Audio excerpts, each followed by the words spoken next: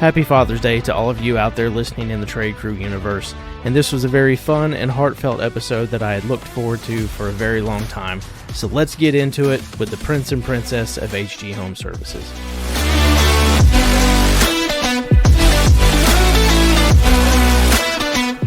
What's up, Trade Crew?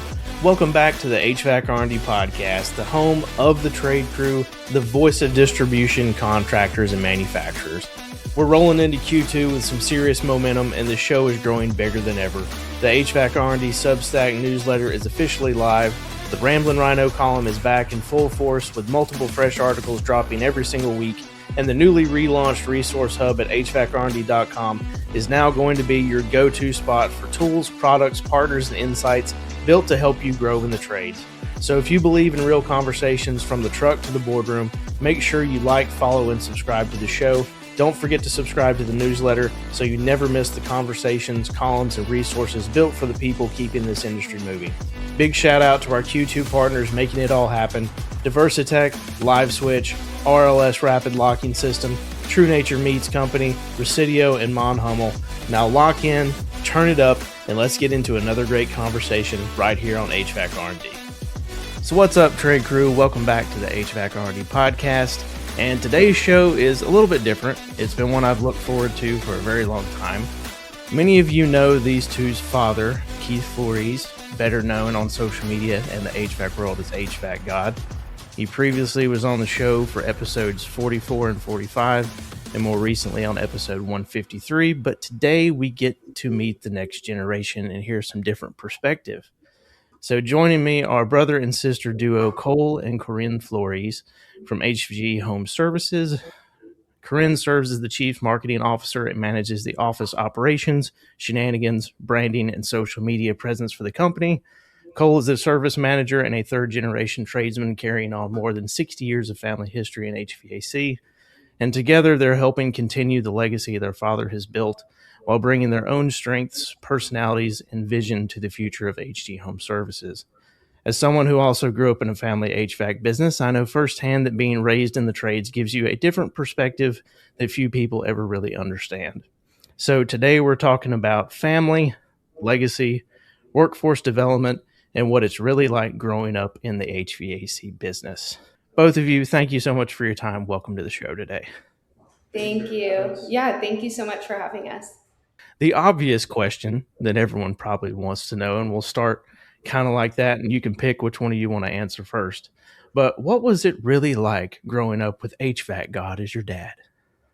I feel like there's two very different kind of ways that both me and Corinne grew up. I vaguely remember, but a lot of times my dad doesn't forget to, tell me that, when I was first born and probably up until I was like 4 or 5, every night he'd be coming home and he'd clean out his truck and his vans, and he'd have me just sitting out there either in like my bouncer or stuff, being 3 years old, 2 years old, while he's cleaning the truck out after a long day, kind of being brought up just around it all. And for me, I think maybe just because I was the little daughter, I was kind of like kept away from that, not away, but I never got my hands dirty or anything. Everything is always done for me. So that kind of makes sense why I'm a little bit of a brat now. But no, he's always been super amazing as a dad. Like, he just works hard. He's the hardest worker either of us know. But it's kind of put that drive into us. We have really big shoes to fill, and we're riding those coattails for as long as we can. But no, we're very fortunate to have such an incredible dad. Not everyone has that in their lives. He's very present in our work and our personal lives, and it's always the one that like we go to for advice.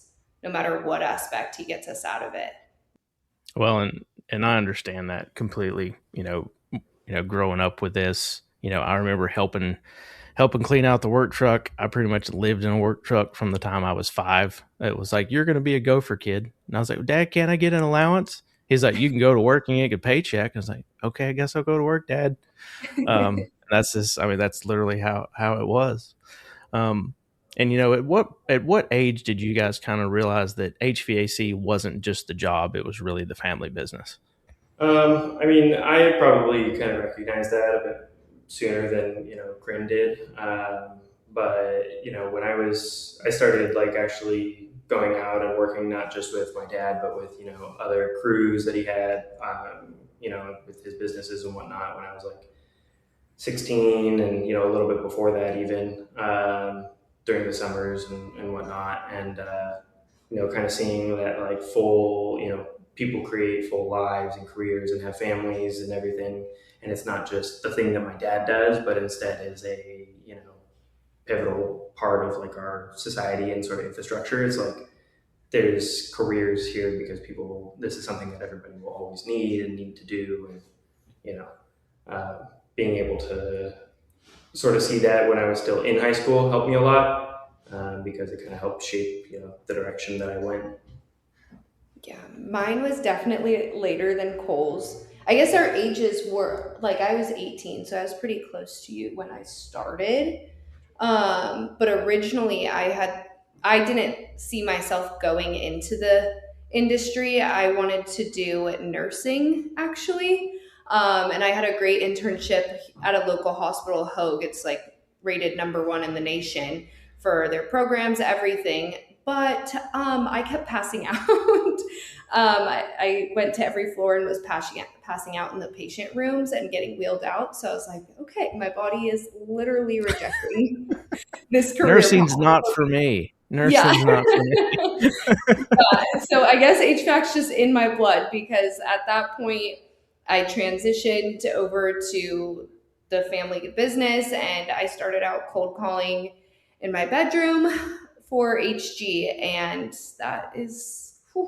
that's tough, but it made me who I am now and made me understand people more, understand just the business, every aspect, and I've never looked back now. What's probably one of your funniest HVAC god dad moments that you can remember getting into this with him? I have like this one isn't necessarily like within the business, but he's been all over social media even when we were in high school. And I remember like in high school, people would be like, HVAC God's your dad? And I'm like, why do you know who he is? Like, what do you mean? I was like, okay. So that's like that's pre-business. I'm trying to think of like, we're always cracking up. I'm trying to think of like a specific example. Recently, when we like to mess with each other. We used to do family prank wars, like boys versus girls, and like I had all these elaborate plans and I lost every round. But more recently when we did April Fools with the smelling salts, I don't know if you saw that video that we posted of the smelling salts. I think I did. He's just so animated, and when he starts cracking up, then it's like contagious, like he gets a little riled and then I start laughing and it's just a spiral effect, especially between the two of you two together, just yeah. Me and him have very similar personalities. So if I'm cracking up or I'm riled, then he does, and vice versa. I get it. What about you, Cole? I'm trying to think of like specific instances. I mean, one of the things that was kind of like, not necessarily like a specific anecdote, but when I first got into the trades was at a different company that he like did a lot of consulting for. And we have one still over there, but championship belts for all the different like top installer of the month, top IAQ sales or technician or whatever it was, right, to just make everybody compete and be competitive. And there's a picture of me, and it was because when I was like 18, 19, I'd been working with that company for like 2-3 months, as like the boss's kid. And I had 3 of the belts just because I was doing like very well. And so I remember him just being like, fine, just give him another belt, go for it. And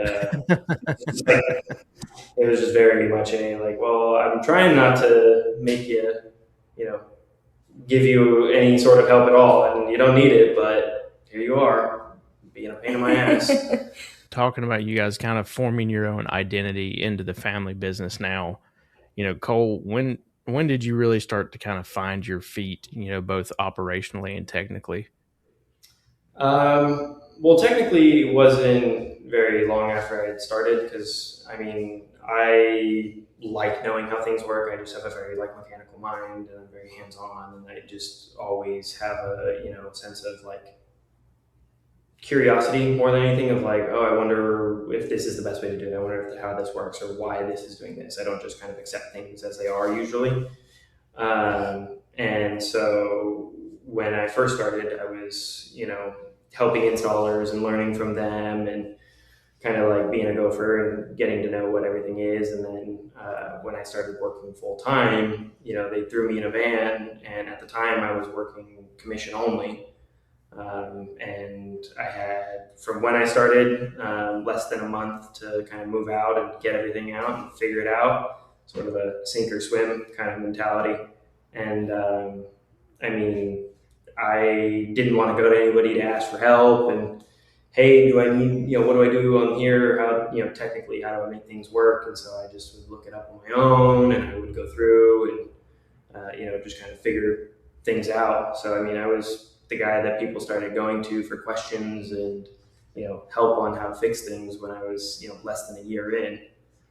Operationally wise, it's still stuff that I learned today, and I have a good handle on how like guys operate, what they want, what they need, how people are kind of feeling, and keeping a crew like running well together. But the market today for labor and talent is extremely difficult to work in, I'll say. No, and I can speak to some of that because I ran a new construction install crew for Roughing when I was 12, and like trying to figure out how to manage people that were significantly older than you, especially then, like was a challenge. And I know when you grow up as the kid of the guy that owns the family business, you're scrutinized much more closely than anybody else. And trust me, my dad never gave me an inch. And I know yours didn't either, because that kind of comes with it too. Did you ever struggle some with getting people to kind of buy into your leadership, going into service management young? 100%. I mean, it didn't matter any true cause or underlying reason for somebody feeling grifted or upset about something. At the end of the day, it would come back to, well, you're just the boss's kid, and it's like, yeah, sure, you can say that, but I can out install you, I can out tech you, I can outsell you. I know every part of this. Like, yes, that's a portion of like who I am, which is just that my family's been doing this forever. But the other side of that is that like I have all of the skills and capabilities and competency to back up the position that I'm in. Yeah. But yeah, that just there's no getting away from it. No, and Corinne, with you, you say you started kind of cold calling basically in almost like a call center. How did you go from that to working into now being the mistress of shenanigans in marketing? Yeah, so we started out cold calling, and I had already mentioned how much I hated it. But that is where I really got my foot into sales. I mean, previously to that, I was 18 when I started, so I'd only been in restaurant jobs as a host. Like I had no experience whatsoever. And then my parents, both of our parents, our mom and our dad, are both really good at sales, and they told me to shift my mentality, and then it became a game for me, and I fell in love with it. It's like 5 o'clock on a Friday, and my dad's like, call it. And I was like, wait, no, I'm not done with my list yet. But now, luckily, we've built this reputation in town that our vans are very recognizable. Most of the neighborhood knows our family personally. So we luckily don't have to cold call anymore. We're a 100% referral based company. But from that, now we've obviously grown since I started cold calling in my bedroom. We have a team here in the office that helps me, and taking more inbound calls, but I still am that side I'm trying to transition out of a little bit. Even though it's my baby, it's hard to let go. I'm very type A, but I'm trying to transition out of that to have the fun side because I do all of our marketing and our social media. And that's what I'm really having the most fun with lately. I think it helps with our company culture. The team members were a little against it at first, but now it's to the point where it's 9 p.m. on Saturdays and they're sending me TikToks that they want to do. So, so if anyone watching sees our socials and thinks the guys don't want to do it, check again. So I don't know. I kind of see myself as like I was in cheer in high school. So I see myself as the company cheerleader, like I'm always like trying to get everyone hyped up and smiling before they go start their day because I know that those addicts get hot and they're working their ass off. But I don't know. Did that answer the question you asked? No, it does. It does. Okay.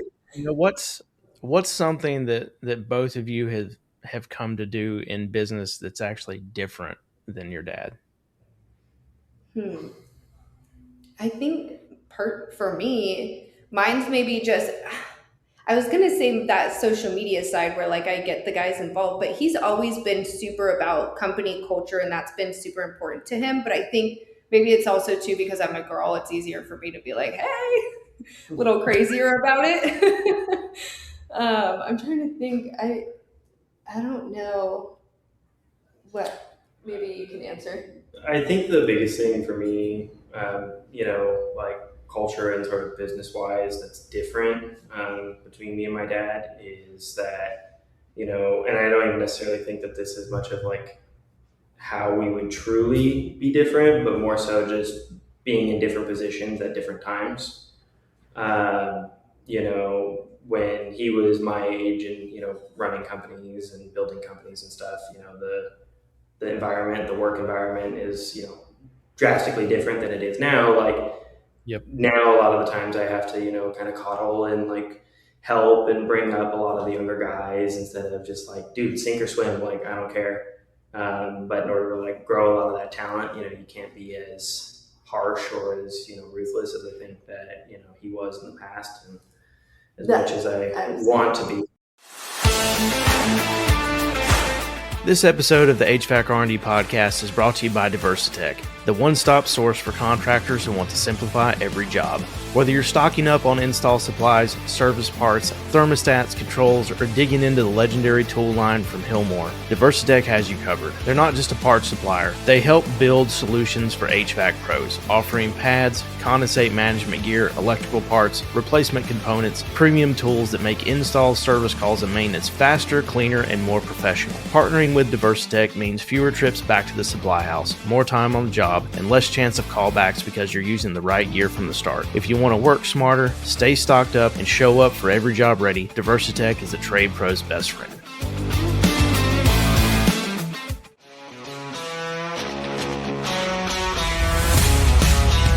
Now, trade crew, depending on when you're hearing this, you may have already seen, or soon you will see, the president of Mon Hummel have me literally jump on one of their filters during the AHR Expo. And let me tell you, rhinos don't just jump on anything. The thin line Ultramax frameless HVAC mini pleat filter is built for commercial and industrial applications where medium to high efficiency filtration truly matters. It delivers MERV 13 performance with low pressure drop to help maximize energy savings, plus high dust holding capacity for extended service life. And there's no traditional plastic, metal, or cardboard frame, reducing environmental impact while still delivering serious durability. If it can handle a rhino, it can handle your job site. Learn more through the Mon Hummel link in the HVAC R&D Vendor Hub today.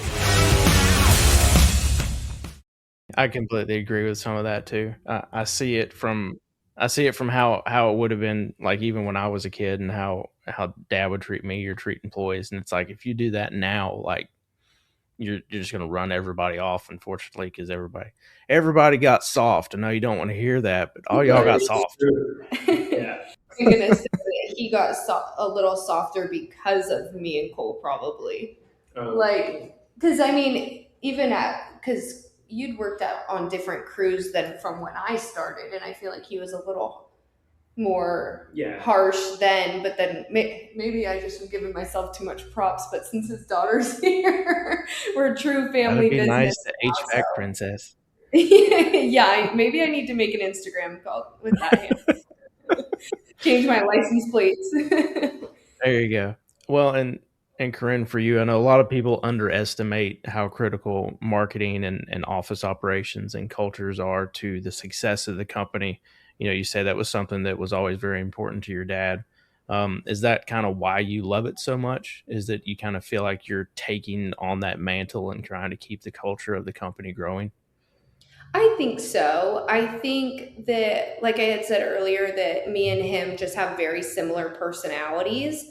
So I think that I always grew up hearing all these stories. He's got a million stories about crazy customers or funny employees, like all this stuff. And I'm like, I always cracked up hearing about it at the dinner table, and now I'm like, okay, now I'm living it. And that's like, you if you hate where you work, what are you doing? Like, you Right. want to have, I want that for me and Cole, but I also want that for I want all of our guys to feel that way. Like, that yeah, we're literally family by blood, but I consider them maybe uncles. I don't know if I'd say Uncles brothers. and cousins, the uncles and cousins of the company. Yeah. Cole, one of the things you mentioned in your email to me when we were working on this was that one of the things that you really focus on is wanting to raise expectations for tradesmen. What does that mean for you, especially in your position now with the company? So something that I hear all the time from a lot of our customers or a lot of our, just clients in general is, I go out and I do something. It's not anything crazy. I'll go out and give an estimate and talk to, husband and wife and just explain like, hey, I'm here to give an estimate on, replacing your unit, right? But I explain every part of it, and I talk to them through like, hey, what other questions do you have, and this is what this does, and this is what you have, and this is why you should do this, and the vast majority of the time, the feedback I get is, oh my God, you're so amazing. Nobody's ever explained this to us before, or nobody's ever done this, and it's like, this is basic stuff, guys. Like, taking the time to actually like get to know your customers, and then also like taking the time to try and explain it to them in a way that they understand, like, goes miles with people when it's not hard to do. Additionally, raising expectations for all of the newer guys coming into the trades. Like, we have a lot of I very rarely will hire people with more than 5 years experience. I mean, more than 3 years experience too. A lot of the time, just because a lot of the older guys and older generation are, one, set in their ways, or two, very like just have really bad habits, and they're just comfortable being in those complacent positions, and they're like, this is the way that it always has been, and so that's what we're going to do. Working in shorts and wife beaters and smoking and swearing all on the jobs, and it's like, well, these are people's homes. Like, why don't we not only raise the expectation for everyone in construction, but like at least for ourselves. I think that's the biggest difference in when you start to set your company apart, especially, if you want to talk about the in-home sales part of it first. If you can find a way to be a very good educator, you almost don't have to be a salesperson. If you can explain to them in a means that they understand what options you're showing them, the homeowner makes the decision for themselves. You don't even have to be pushy. You just tell them what the truth and the reality of it is, and be like, Mr. and Mrs. Homeowner, here's what you got. Here's how we can fix it. Here's 3 different ways we could fix it. What fits best for you and your lifestyle and how you want to do things. So I completely agree with you there. And then also, I've seen the guys just set in their ways, and it's not just even in their work style. It's also even in how they troubleshoot, what they believe the problem is. And, I've talked about it a lot on this show. People have for years that come on here. A lot of times we get lucky a lot. We truly do. Like, oh yeah, like I can't figure out why this is working. Oh, it's a TXV, just change it. That may not be the problem, bud. It might fix it for a little while, but it's one of those things. You got to learn how to fix it till it's actually fixed. sometimes you got to fix one problem to find what the real problem was, instead of just fixing this and moving on. And then you get called back 2 weeks later and you're wondering why. It's like, well, you didn't go through everything the way you should have. Yeah, almost all of our Right. diagnosis and kind of everything that I teach our technicians too is like when you're at a diagnostic and you're going through and you're like, oh, it's a bad cap, right? It's like, okay, cool. You can't just lead with that though when you go to talk to your customer. Like, tell them, look, this is what I see. This is the step in the process in which, it's supposed to get to here. This is what we have. This is what we should have. This is what we need to work on and fix first, and then I can continue diagnosing. And then, you fix that, and then you get, you replace that, and oh, well, now that we have that, we find out that the compressor is actually locked. It's like, oh, well, okay, cool. Now we're back to square one. But if you didn't preface that, you're going to tell a customer, oh, it's a $300 cap or whatever. And, then they're going to replace it. And you're like, oh, actually your unit's bad. And now you're kind of sitting there, looking like an idiot, even though it's nothing you could have done. And that kind of brings up the, how do we build better tradespeople as we move forward in this industry? And, talking about things like that, what do you believe is really missing for young technicians that are coming into the field now? I think the biggest thing that most of the young technicians that we get or that we see out in the field is a combination of confidence and also just knowing what they don't know and not being afraid to say that. Like, there's a level of confidence that, like, hey, you've learned this, you know this much, you know how to get to here, do what you know how to do and where to get like everything that you can. And then when you get to a point that you don't know how to do something, don't be afraid to be like, hey, teach me how to do this, learn it. And then now you have that, like, just learning and moving in like a direction of trying to be better with some sort of like purpose is hard to find. We have a lot of young guys that come in and they don't know anything. And we have, apprenticeship programs here where, like, I'll bring in kids where they're 18, 19 years old. They have no experience. They just want to work in the field and work in the trades, and, we'll work on training them.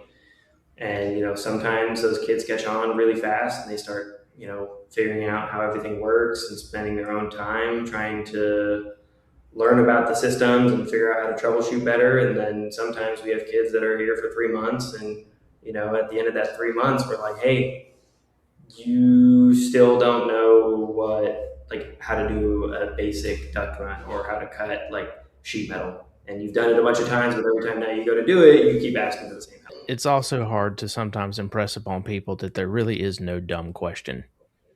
The dumbest question is the one you didn't ask, because then you failed at something that you easily could have avoided if you just said, hey, how do I do this? Yeah, it's like nobody's going to think, less of you for that type of stuff. Like,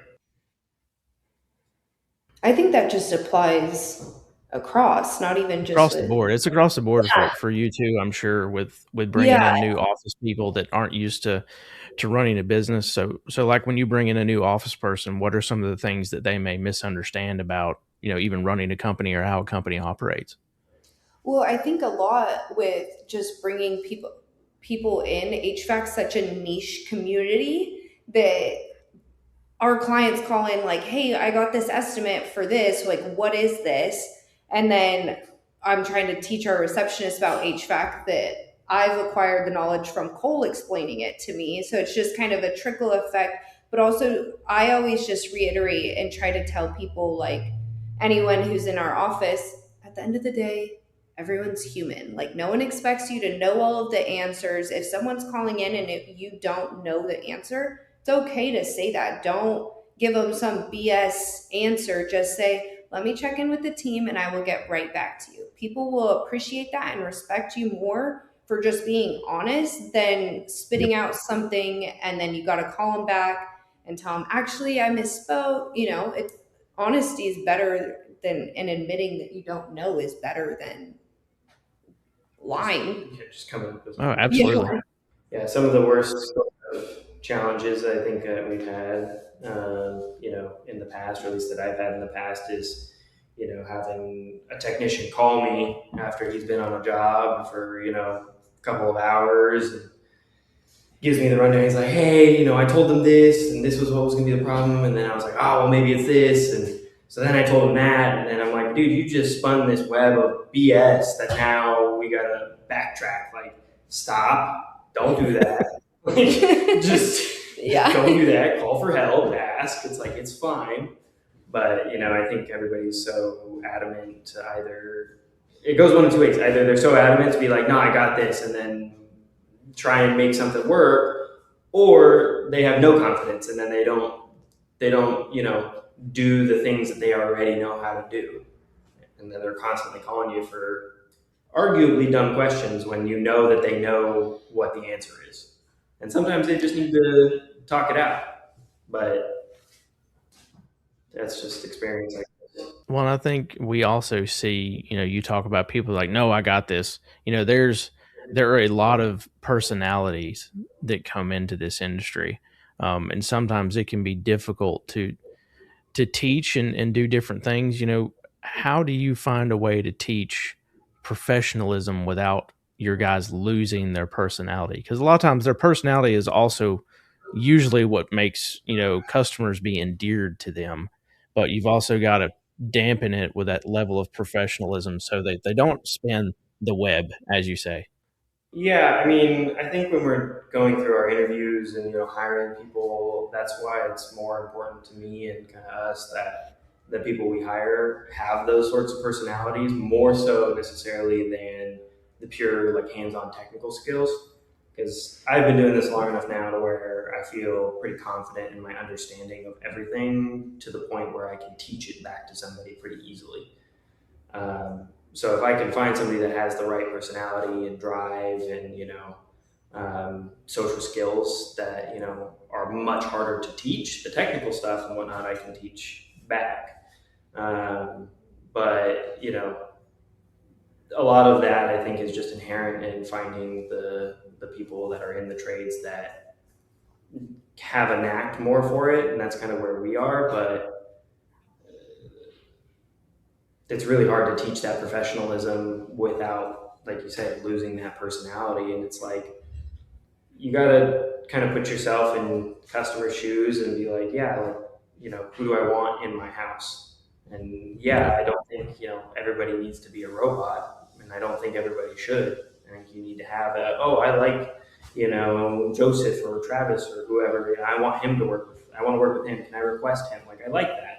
Because it means that you're doing a good job as a technician or an installer when, customers like you for you, not only your work. It's like, great, congrats. You can have a professional relationship while still being you. I think it just is difficult with a lot of the newer guys because they just lack a lot of the social skills.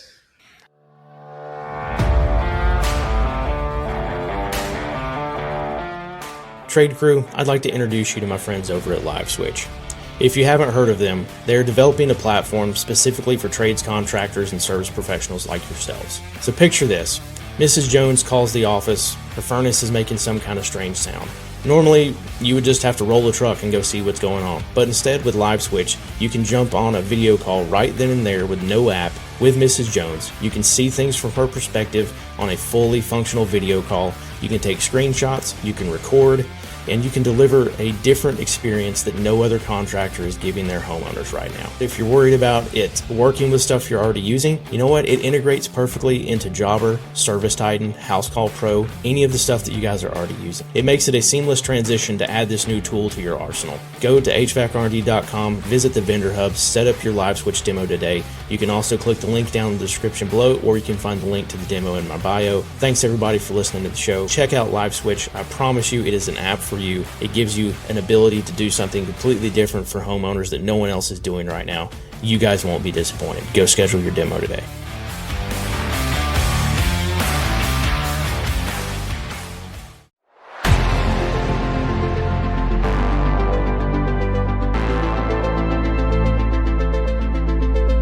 Trade Crew, let me ask you something.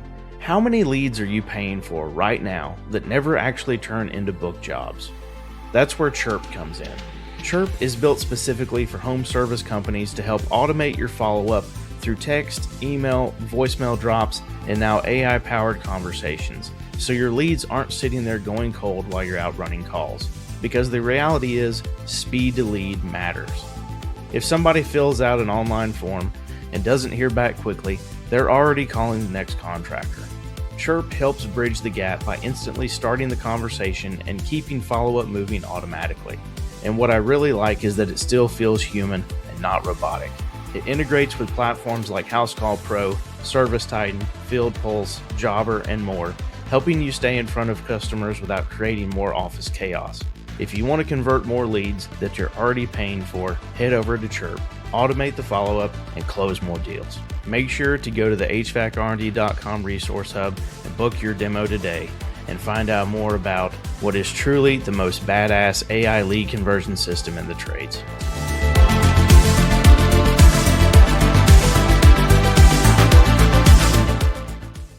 I think it's funny talking about, customers requesting a specific person. Last night, my wife and I were sitting at dinner and our phone starts dinging and we look down and our neighborhood we're in has a little Facebook group, and in it, someone had asked, like, who's your go-to for HVAC, plumbing, and electrical? So, of course, like, I'm an outside sales rep. I've got buddies that are good contractors. Immediately, I'm like, go to see these two guys. But then you just start seeing like the stuff that people post after that. And so, this person will say, go to ABC Heating and Cooling, make sure to ask for Jeff. Like, go to this one, make sure to ask for that. So you see that come through more when you're looking for it. So I think your guys starting to get those type of things, you can be like, look, this really matters. Like when someone asks their neighborhood who they should call and they ask for you, like, you're doing the right things in the home. Good job. And talking about that, social media obviously has changed so much about our industry in general, not just with marketing and everything else, but how has your dad's presence in your company's online presence actually helped attract talent and business and customers?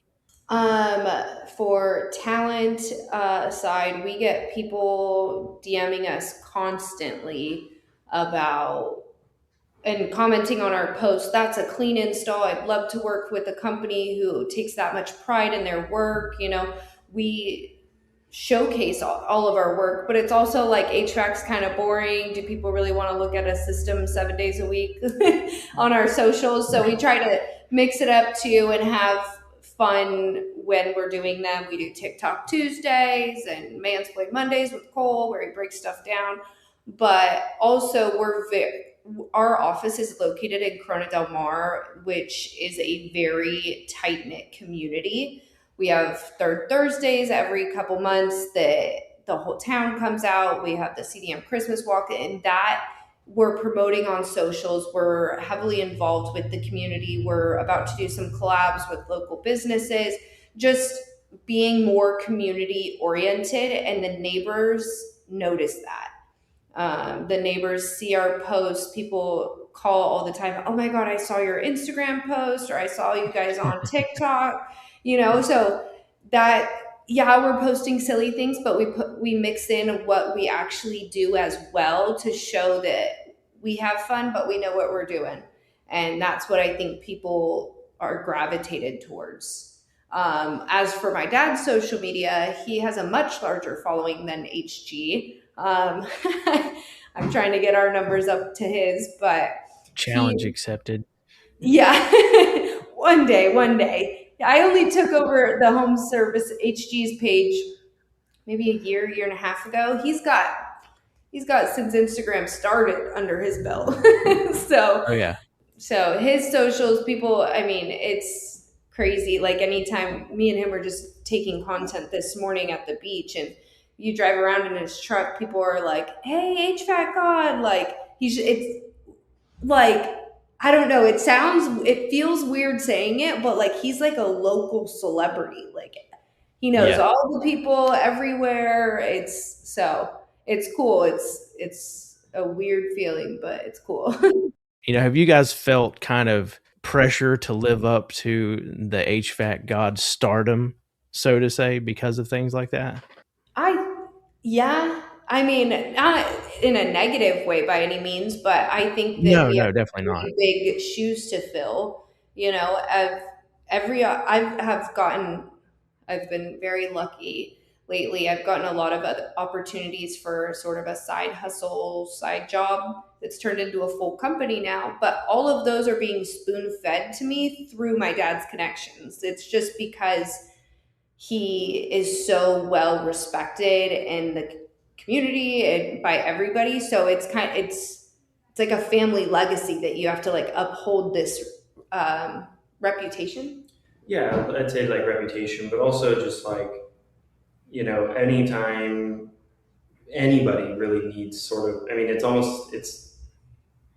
it feels weird to like say it in such a broad sense, but almost anytime somebody needs something, they're like, oh, let's just ask HVAC God, or let's just ask Keith and let's talk to him, and then he'll help us, he'll take care of it. Yeah. And we'll come up in a conversation where we're like talking with one of our friends, and they're like, oh yeah, we're having trouble with this or this, and he's like, oh yeah, hey, we'll take care of it, or somebody else will take care of it. I have this connection for you. Let me sort that out for you. It's just like we'll handle it. It's the Italian in us. Yeah. He's got a guy for everything. Yeah. I was going to say, he's got a guy who's got a guy. Yeah. And so now it's like, even in my like personal life, like all of my friends come to me and they're like, hey, I need you to help me with this. Can you help us? Can you take care of this? Yeah, no problem. I'll take it out. No problem. Yeah. But yeah, I would say it's like, there's pressure to do that, but it's not bad pressure. I mean, that's why I think pretty much everybody who we've really encountered are always like, oh, you're HVAC God's kids? That makes sense. Yeah. That makes sense. I think honestly, like it's what drives us. We want to be as successful and why am I blanking on all my ambitious as him, driven as him, because if we didn't have a dad like that, we'd be losers. You know what I mean? Like if you had no drive, like what are you? I have some friends, I love them to death, but they would like their goal in life is to get married and be a housewife. And I don't understand that mentality personally. I think you need purpose. I think you need to work. I think, wouldn't you be bored? Like, yeah. So I don't know. I think a lot of that, it's nature versus nurture, right? Like both of I completely agree with that. Yeah. Yeah. So. Well, and so you grew up with HVAC God. I grew up with Cajun Joe. So my dad was born and raised in New Orleans, but somehow found his way to the mountains of North Carolina.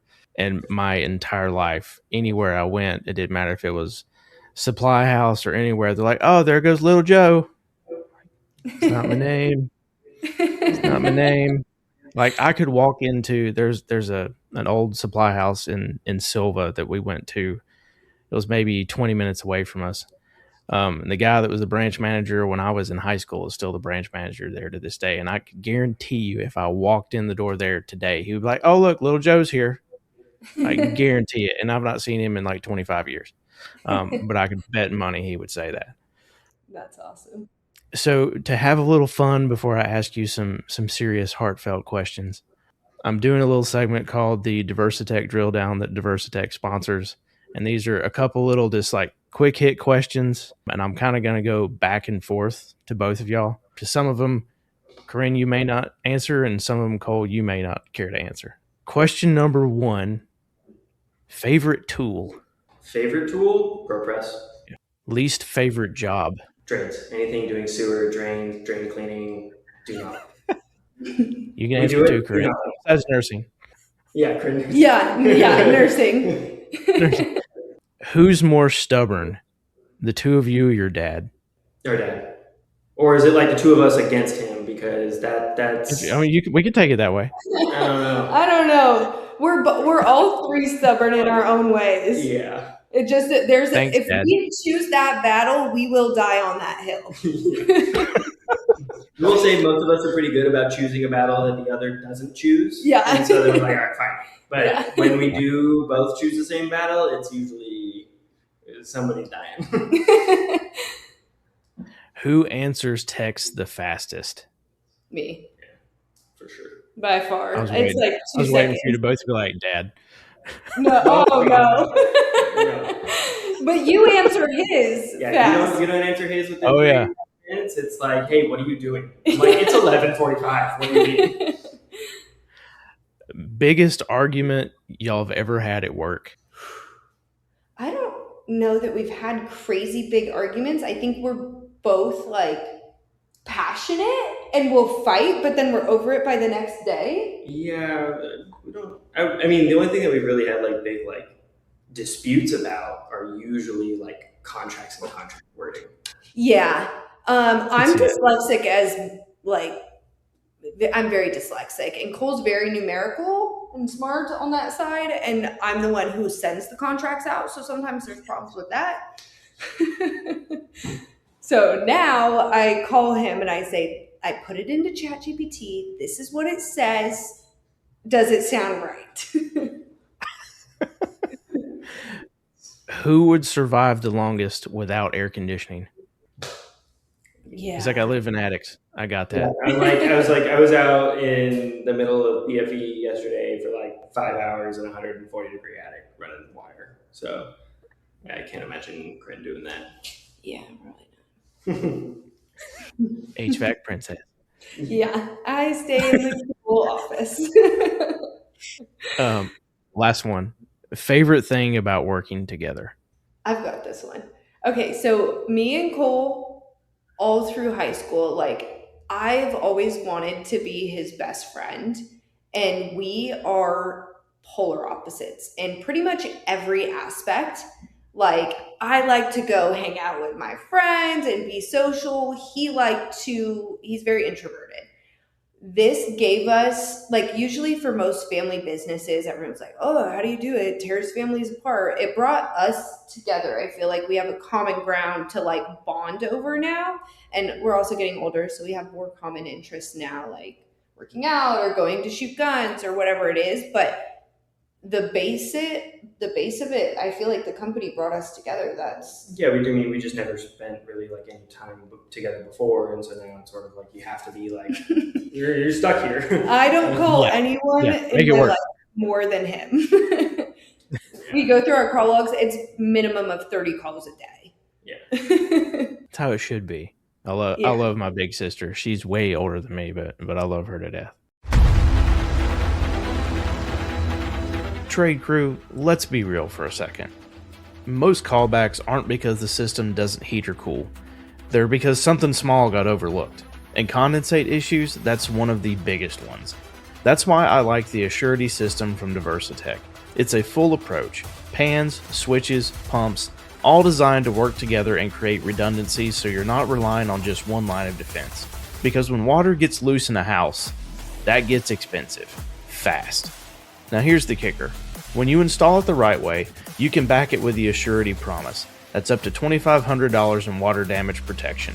That's a big deal for your customers and for you and your business. Just go online to assurityhvacr.com. It's easy to register, tied to your install, and now you've got another way to stand behind your work.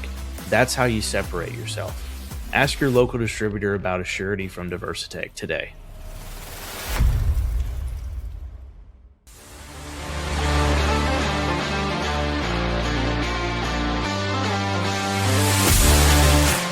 What's up, trade crew? You've heard the buzz, you've seen the press gang at every single AHR.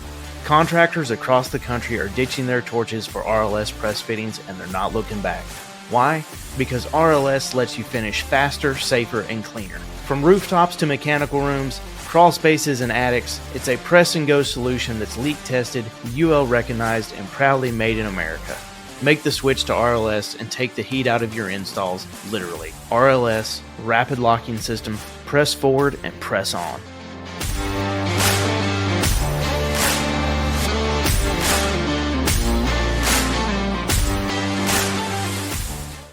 All right, so I'm going to ask some heartfelt family legacy ones to kind of close this out a little bit. A lot of it I also do because I want people to be able to have questions that let them kind of give back to people that listen to the show and people that are, finding a future in the trades. So, but for you guys specifically, because I also wanted to tug on your dad's heartstrings a little bit with this. What does the Flores name mean to both of you personally? The first thing that comes to mind is just being that sort of like dependable go-to. Like, I mean, like I said, every single person and, people that we know, all of our friends, our family members, like everyone comes to us when they need help or when they need something, or even just for support, and we're always the ones that are able to like give it and provide and be able to take care of those that matter to us. For me, I was going to say loyalty to each other. I was going to make it a little more like instead of everyone else, which we do our best to take care of everyone all the time. But at the end of the day, we're always the ones that like we will have each other's backs till we die. Like it doesn't matter what it is. My parents are, we're so lucky to have them. That's what I don't know. I have a whole different view on family, and we have baby siblings as well that are our best friends. So it just, I think too, and this is probably a topic for another day, but families are so divided now. So us being so close, I think people sometimes might think like, oh, that's just for show. It's like, no, I have been texting my mom all day like she's my best friend. Like that's real. That's what the Flores name means to me, is like loyalty to each other. Family. Yeah. It means family, truly. Yeah.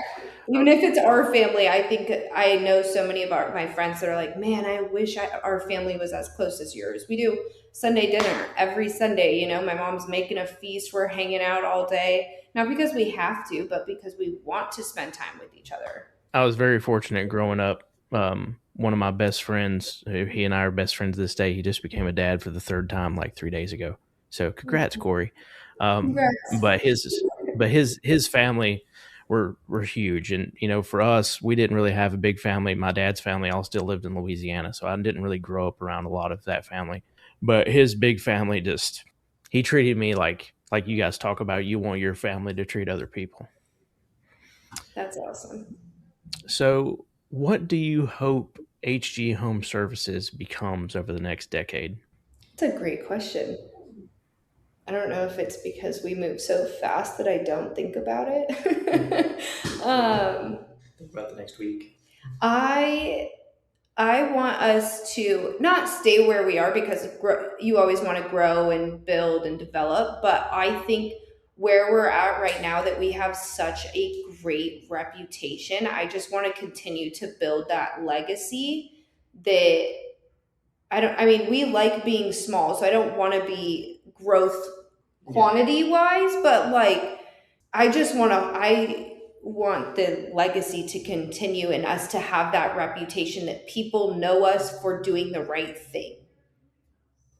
Yeah, the size that we are, like, and I'm sure our dad, talked about it, a bit more in depth, but like we have a good size of company that we like. We like being at this size, and we get to know all of our guys pretty intimately. We get to know all of our customers still pretty intimately. We don't want anybody to just be a number or be a dollar sign or anything like that. And so as far as what this company 10 years from now looks like, I think is just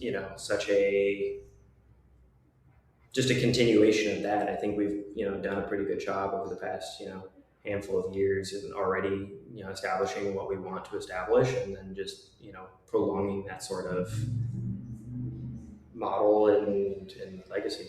Yes, people seeing our vans, oh, those guys have been around forever, Yeah, legacy and tradition of service and all of those things. Yeah. And not only that, because again, I think that a lot of companies out there currently, or a lot of companies are being bought by PE, and so then they're just mulching up companies and turning them into a spreadsheet, and hey, produce this much so we can sell for this much in 3 years or whatever, and it's like you just end up with this slop of companies that are in it for the quick in and out, and make a couple bucks, and then hopefully turn around and sell it again. And it's like, these are people's homes and livelihoods, and everybody in this, everybody here is worked hard for their money. Yeah.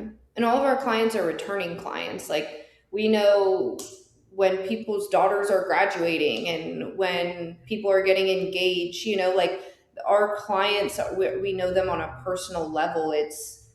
We've been servicing them for 5, however long it is, however many years, we've grown that Relationship. Yeah. I was gonna say, did you ever have that moment when you were like 13 or 14 and like the guy that your dad just put a system in for like comes over for dinner 2 weeks later and you're like, who is this guy? Yeah. And then you find out it's like because they became friends. Yeah. Yeah, there's lots of times too where like we'd have a lot of like the techs when he was running some of these big companies, and they would come over and he'd have barbecues with a handful of the guys that were doing good, and he wanted to talk to, and I got to meet them, and so we'd get that, and we'd have breakfasts at his house with a handful of guys, and being able to just kind of keep that sort of culture within the company where, again, it's not like, what's your name again?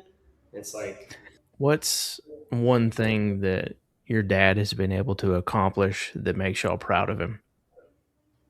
Home Guardian, for sure. I mean, Home Guardian's an incredible hardware, software.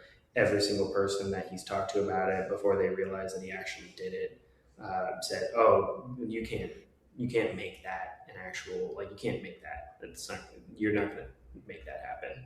I mean, every time I talk about it with people who don't know about it, they're like, "Oh yeah, that's a great idea. Too bad you can't do that. It's too hard." And it's like, some of these people are people who have made multi-billion-dollar companies, and they're saying that's too hard to do, and yet it's done. It's been done. It's been working, and testing, and he's already past the point where anybody's can say that it can't be. So I mean, that alone for me is one of the things that seeing him go through that and persevere through all of the hardships and stress and difficulties that being about to launch and scrapping it and starting over. Yeah, I mean, every time that me and him talk about it, it's a challenge and hurdle that has to get over, and seeing like I said, the perseverance that it takes to get through that is it's astonishing. Well, that was gonna be my answer, but I guess I'll make something else. Because obviously Home Guardian is gonna be, I mean, that's gonna be his legacy. That's his baby. I've never seen someone work so hard on anything. But maybe just down to the little day-to-day stuff. We never worry about a thing with the, down to pay, if we're going to make payroll or whatever it is. He's always made sure that everyone's taken care of and things get done. He's always been a great leader in that sense. This is fresh in my mind because I literally just moved out. And so I'm starting to understand a little bit more about real life and what things cost.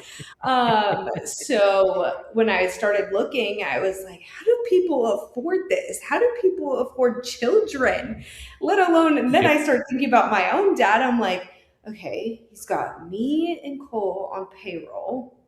He's got a whole company. He needs to make sure that everyone's able to feed their families. It's he's handling. He takes on everyone's hardships and never wants anyone else to feel stressed. He's always just making sure everyone else is taken care of.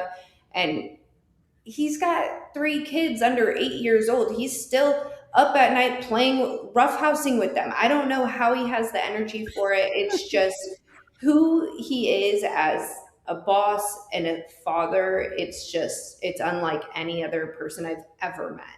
What gives you guys hope for the future of the trades?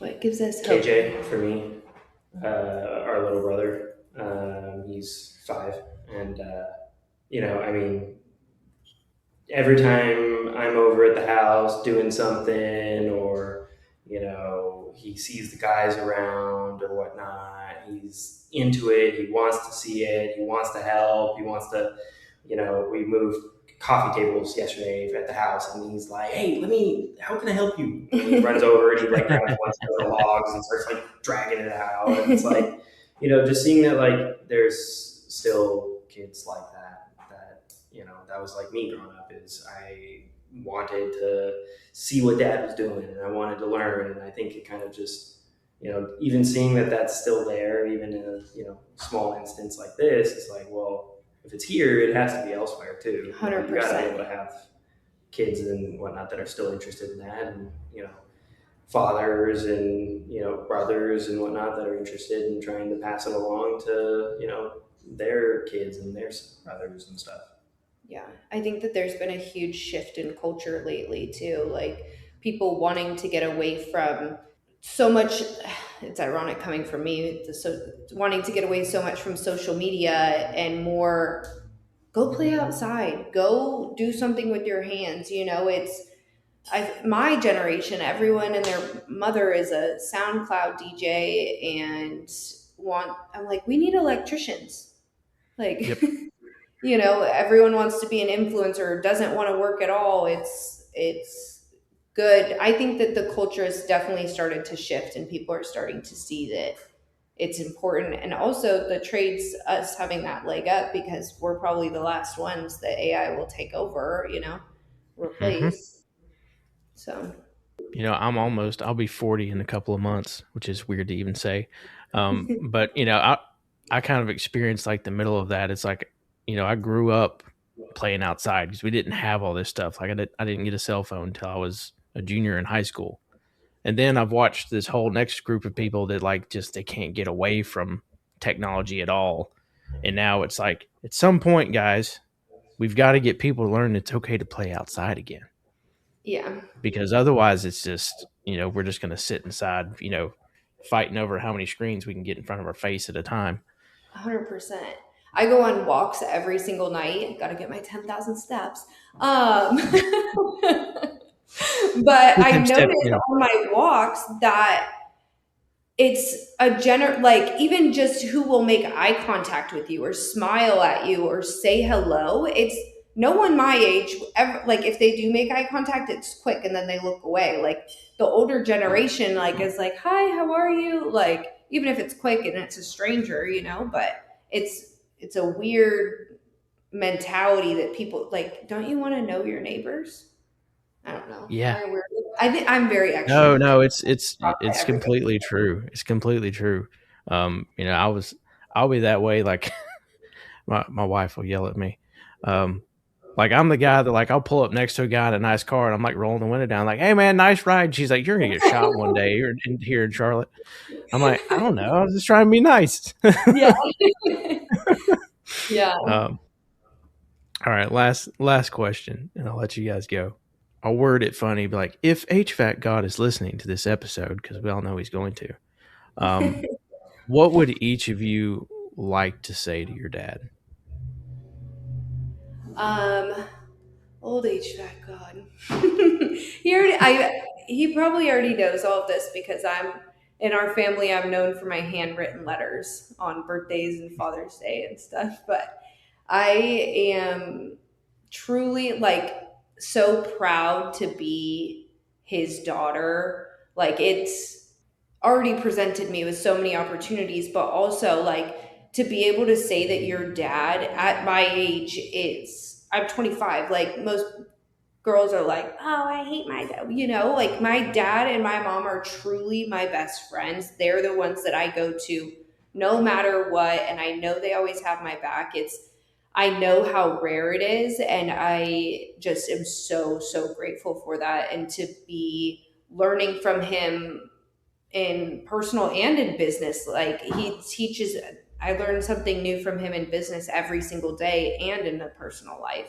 It's rare to have your dad also your mentor, and yeah, that's what I would say. Thanks, Dad. Yeah. Thanks for spoiling me too.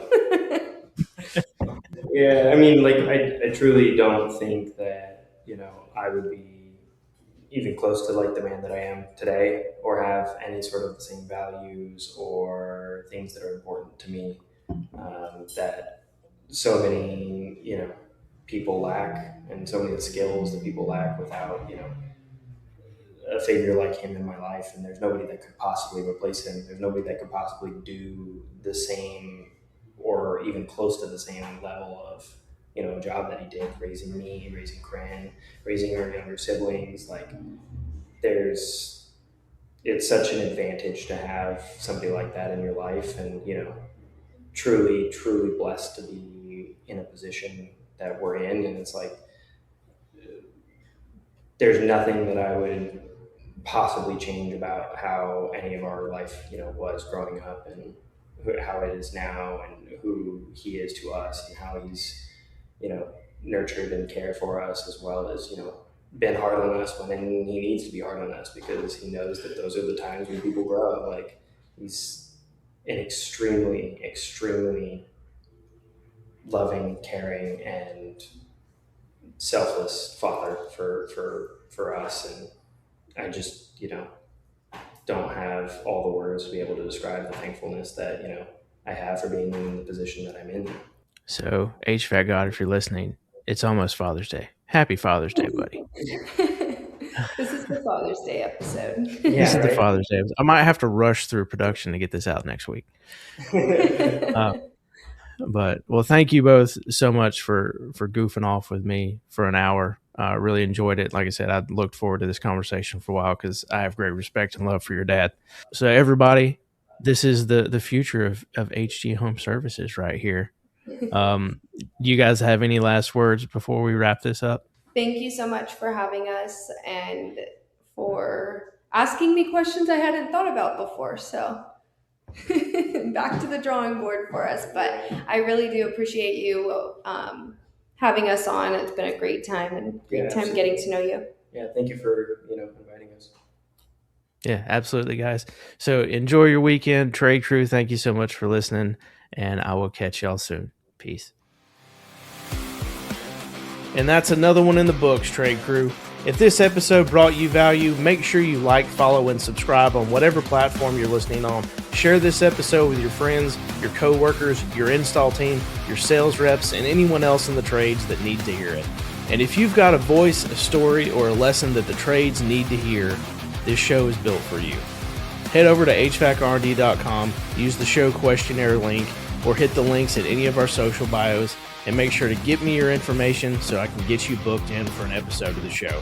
Because if you're from the trades and you've got something worth saying, HVAC R&D is your platform.